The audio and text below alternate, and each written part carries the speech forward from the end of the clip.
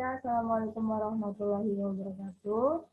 Perkenalkan, saya Anissa Apriani dengan NPM B1F02101 perwakilan dari kelompok 1 yang ingin mempresentasikan tentang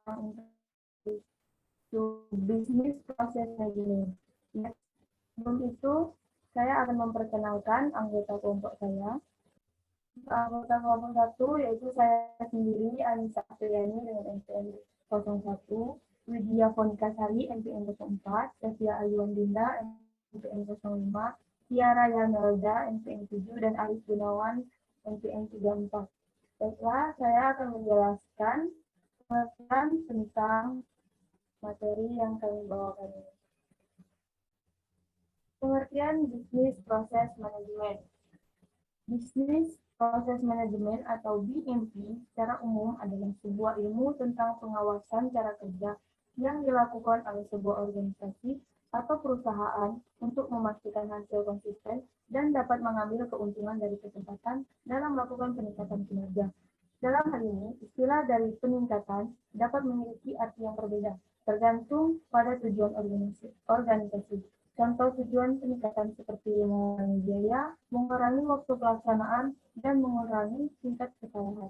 Yang penting, BPM bukan tentang meningkatkan cara aktivitas individu melakukan pekerjaan, tapi sebaliknya, tentang pengelolaan seluruh rangkaian peristiwa, aktivitas, dan keputusan yang ada yang pada akhir menambah nilai bagi organisasi dan pelanggannya. Mari akan dijelaskan oleh Widya. Baiklah, di sini saya akan menjelaskan bentuk bisnis proses manajemen.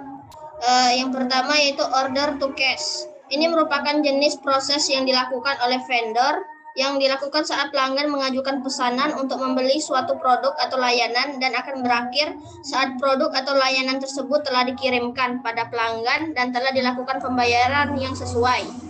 Selanjutnya yaitu quote to order. Jenis proses ini biasanya mendahului proses order to cash, yang mana dimulai dari saat pemasok menerima permintaan penawaran atau RFQ dari pelanggan dan berakhir ketika pelanggan yang bersangkutan melakukan pemesanan pembelian berdasarkan pesanan yang diterima. Sehingga kombinasi dari quote to order dan proses order to cash yang sesuai disebut dengan quote to cash. Selanjutnya yaitu brochure to pay, merupakan jenis proses yang dimulai ketika seseorang dalam organisasi telah menentukan bahwa produk atau layanan tertentu perlu dibeli. Itu berakhir ketika produk atau jasa telah dikirimkan dan dibayar. Proses yang pengadaan hingga pembayaran mencakup kegiatan seperti memperoleh penawaran, menyetujui pembelian, memilih pemasok, mengeluarkan pesanan pembeli, menerima barang atau mengkonsumsi layanan, memeriksa dan membayar tagihan. Selanjutnya yaitu issue to resolution. Jenis proses ini dimulai ketika pelanggan mengajukan masalah atau resolusi, seperti keluhan terkait cacat pada produk atau masalah yang dihadapi saat menggunakan layanan. Proses selanjutnya sampai pelanggan, pemasok atau keduanya setuju bahwa masalah diselesaikan. Selanjutnya yaitu application to approval. Jenis proses ini dimulai ketika seseorang melamar untuk mendapatkan hak istimewa atau berakhir ketika hak istimewa yang dimaksud telah diberikan atau ditolak. Jenis proses ini umum di instansi pemerintah. Misalnya ketika seseorang warga negara mengajukan permohonan izin mendirikan bangunan atau ketika seseorang pengusaha mengajukan izin untuk membuka usaha, misalnya restoran.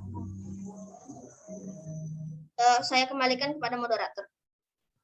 Materi selanjutnya akan dibacakan oleh Sofia Ayuan Dinda. Baik, di sini saya akan melanjutkan bagian 2-nya, Origin and History of Business Process Management. Next.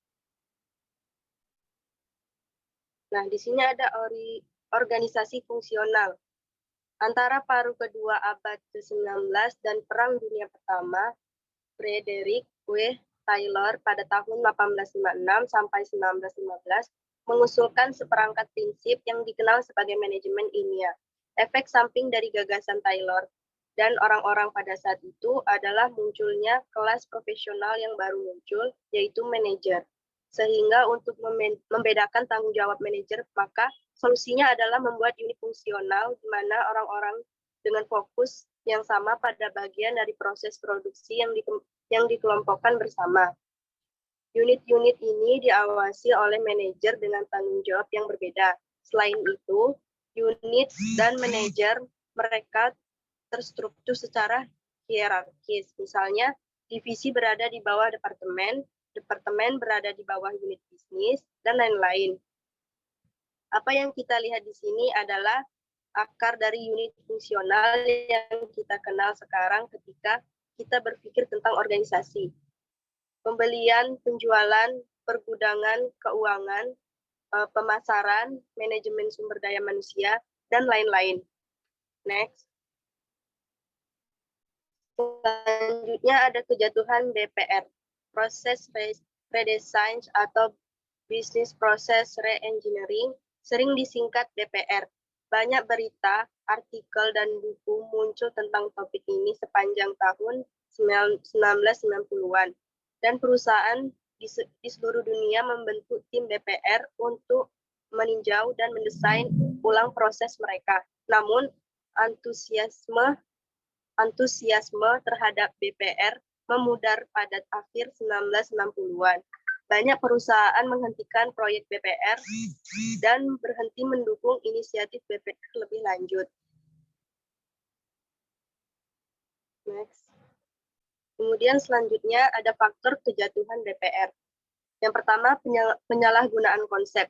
Di beberapa organisasi, setiap program perubahan atau proyek peningkatan diberi label BPR meskipun proses bisnis bukanlah inti dari proyek-proyek ini. Selama tahun 1960-an, banyak perusahaan memulai pengurangan tenaga kerja mereka atau perampingan, sehingga memicu kebencian yang kuat di antara staf operasional dan manajemen menengah terhadap BPR. Yang kedua, radikalisme berlebihan. Beberapa pendukung awal BPR, termasuk Michel Hammer, menekankan sejak awal bahwa desain ulang harus radikal, dalam arti bahwa desain baru untuk proses bisnis harus merombak cara prosesnya yang awal terorganisir. Kemudian mendukung immaturity, bahkan dalam proyek yang sejak awal berpusat pada proses dan mengambil pendekatan yang lebih bertahap untuk meningkatkan proses bisnis yang bersangkutan, orang-orang mengalami masalah bahwa alat dan teknologi yang diperlukan untuk mengimplementasikan desain baru seperti itu tersedia atau cukup kuat. Selanjutnya saya serahkan kepada moderator. Baiklah, materi ketiga akan dijelaskan oleh Tiara Yonelda dan Arif Gunawan. Pada kalian kami silakan. Baiklah, saya akan menjelaskan materi 3, yaitu ada The Business Process Management Livensil. Next.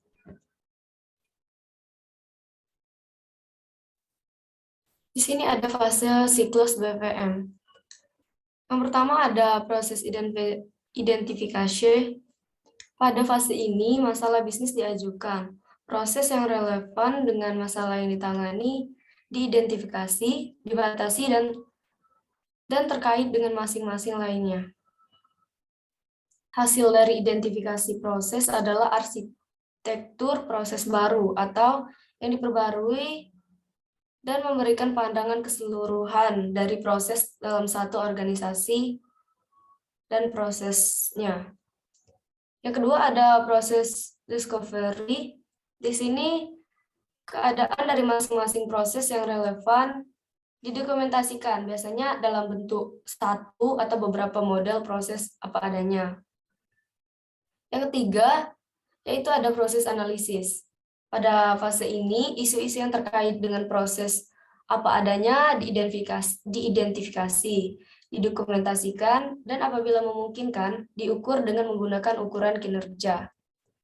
Isu-isu ini biasanya diprioritaskan dalam hal dampaknya, dan terkadang juga dalam hal perkiraan upaya yang diperlukan untuk menyelesaikannya. Ya, saya akan melanjutkan dari Tiara yang kelima, proses di redesign.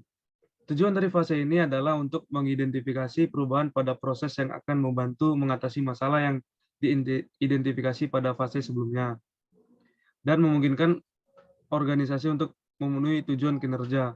Yang keenam, proses implementation. Pada fase ini perubahan yang diperlukan untuk berpindah dari proses apa adanya hingga proses yang akan datang disiapkan dan dilakukan. Implementasi proses meliputi dua aspek, yaitu manajemen dan proses perubahan organisasi otomatisasi. Terus yang ketujuh, proses monitoring and controlling. Setelah proses yang didesain ulang berjalan, data yang relevan dikumpulkan dan dianalisis untuk menentukan seberapa baik proses tersebut dilakukan sehubung dengan ukuran kinerja dan tujuan kinerja. Baik, lanjut kepada moderator. Dan itu saja presentasi dari kelompok 1. Apabila ada kekurangan yang minta maaf kepada Tuhan dan mohon ampun. Wabillahi taufiq wal hidayah. Wassalamualaikum warahmatullahi wabarakatuh. Waalaikumsalam warahmatullahi wabarakatuh. Waalaikumsalam warahmatullahi wabarakatuh.